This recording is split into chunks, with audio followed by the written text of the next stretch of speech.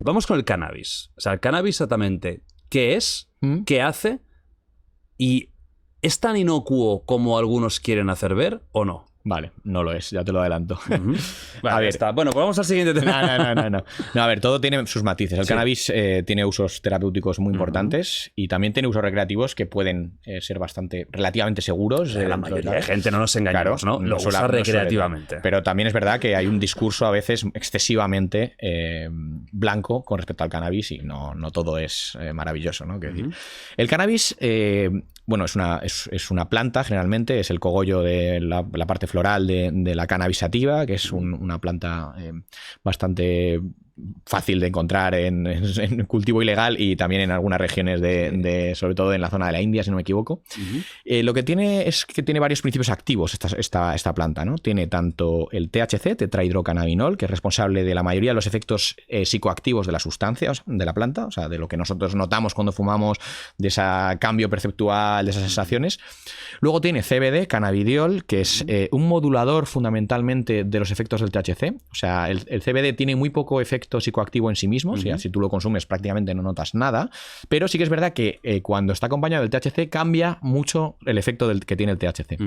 Luego también todas estas sustancias actúan sobre el cuerpo, no solo sobre el cerebro, porque en el caso del cannabis todos tenemos dentro de nosotros un sistema, se llama sistema cannabinoide, que está conformado por una serie de receptores, el CB1, CB2 y otro tipo de receptores, que se encargan pues, de activarse cuando aparecen estas sustancias. De hecho, nosotros tenemos cannabinoides endógenos, ¿no? Por ejemplo, la anandamida es una sustancia interna nuestra que liberamos y que actúa como actuaría el cannabis, muy parecido, ¿no? Con menos potencia, lógicamente, pero actúa, tiene dianas ¿Cuándo segregamos eso? Parecidas. Pues yo creo que lo estamos segregando continuamente porque cumple un montón de funciones diferentes en el cuerpo, ¿no?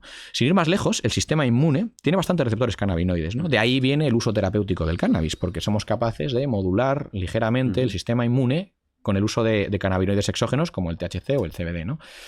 Esta sustancia, cuando se consume tanto en forma de hachís como en forma de flor, pues se está consumiendo una combinación de estos dos principios activos. Según la cantidad que haya de uno o de otro, vamos a tener efectos más tirando a lo mejor al lado narcótico relajante, por ejemplo, marihuanas que tengan una proporción de CBD mayor y una proporción de THC menor o más moderada, porque generalmente suele haber más THC que CBD en general, pero no es lo mismo que la diferencia sea de unos pocos puntos porcentuales o que sea de órdenes de magnitud, ¿no? Entonces las marihuanas, digamos, con más CBD son marihuanas más relajantes, más ansiolíticas, más de lo que busca a lo mejor el consumidor de noche de cannabis, y las marihuanas que tienen... Porrillo en la tarde, porrillo, sí, de antes de dormir.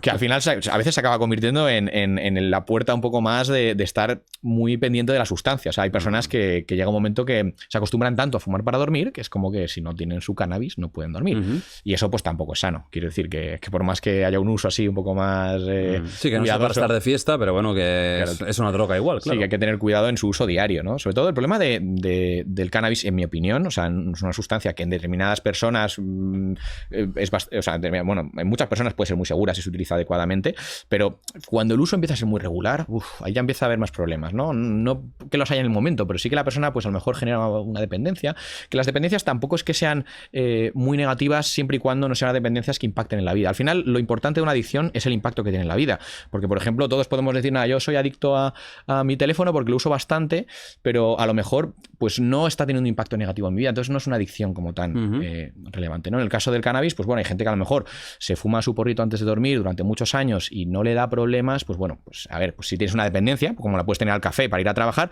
pero no es una dependencia que está teniendo un impacto negativo en tu vida, ¿no?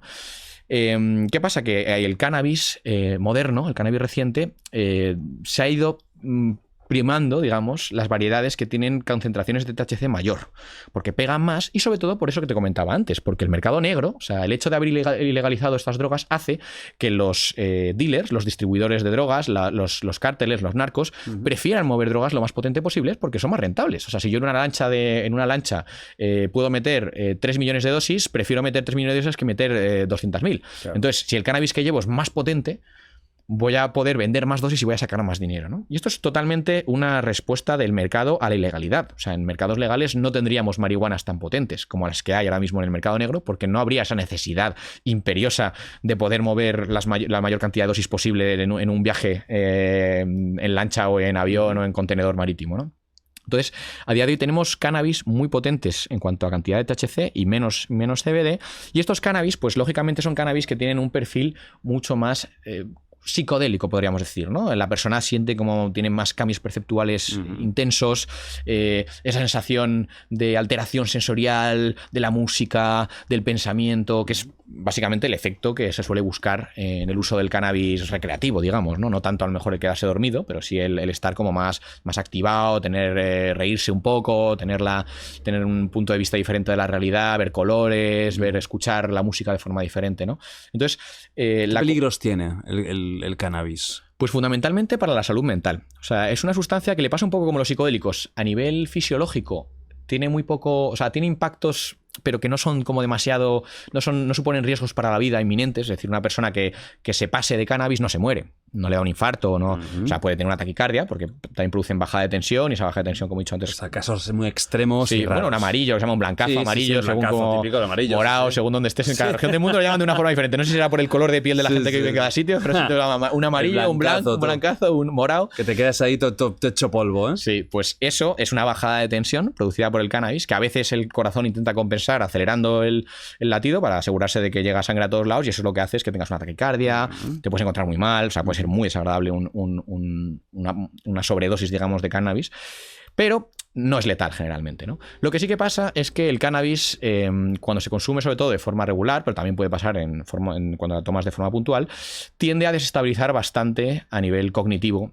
Y si una persona tiene una propensión psicótica, por ejemplo, puede hacer que emerja o que surja o que se visibilice el primer episodio psicótico en la persona. También se habla de la memoria, ¿verdad? Sí, efectivamente. Y concentración. Sí, consumo crónico dañan la memoria y la concentración, pero es verdad también que por lo que tengo entendido en investigación que se ha publicado en este ámbito, cuando la persona abandona el consumo, recupera esas facultades cognitivas, pero tiene que hacer un abandono de verdad. O sea, claro, no 2 semanas. Claro, tiene que dejarlo mucho tiempo, tal, y puede recuperar, o por lo menos recuperar parte de lo perdido, ¿no? Pero desde luego es una sustancia que lo que más me parece a mí más peligroso de ella es esa desestabilización de la salud mental, y el problema que también es que esto se une con un consumo en una edad muy temprana, porque el cannabis en una persona a lo mejor de, yo que sé, 25, 26 años, que ya ha vivido muchas cosas en su vida, ya ha pasado momentos de estrés, rupturas de pareja, exámenes, noches sin dormir, pues es más fácil evaluar si esa persona tiene un nivel de estabilidad mental, digamos, que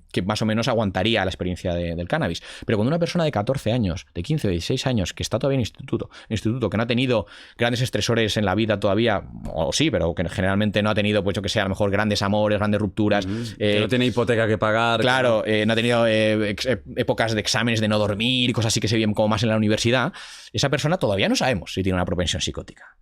Y si toma cannabis, lo que puede pasar es que esa psicosis se manifieste, que tenga lo que se llama un debut, que es la primera vez que se manifiesta. Hola, debut ahí, sí, empieza el show, amigo. ¿Y qué pasa? Cuanto más pronto tengas, si tú tienes una propensión a la psicosis, ya sea genética, porque lo tienen familiares cercanos o de sangre, ya sea ambiental, porque has vivido una infancia a lo mejor muy desorganizada, con traumas, con un montón de cambios y cosas así, eso puedes más o menos vivir la vida y a lo mejor no se manifiesta. Nunca se manifiesta. Pero tú al final lo que estás haciendo con estas cosas es exponerte a lo que se llamarían gatillos, ¿no? A la posibilidad triggers, de que surja, ¿no? De que surja. Entonces no es que el cannabis te genere una psicosis, porque no la genera, pero sí que el cannabis puede hacer que una psicosis latente se manifieste. Y no es lo mismo que una persona tenga su primer episodio psicótico con 16 años que lo tenga con 26.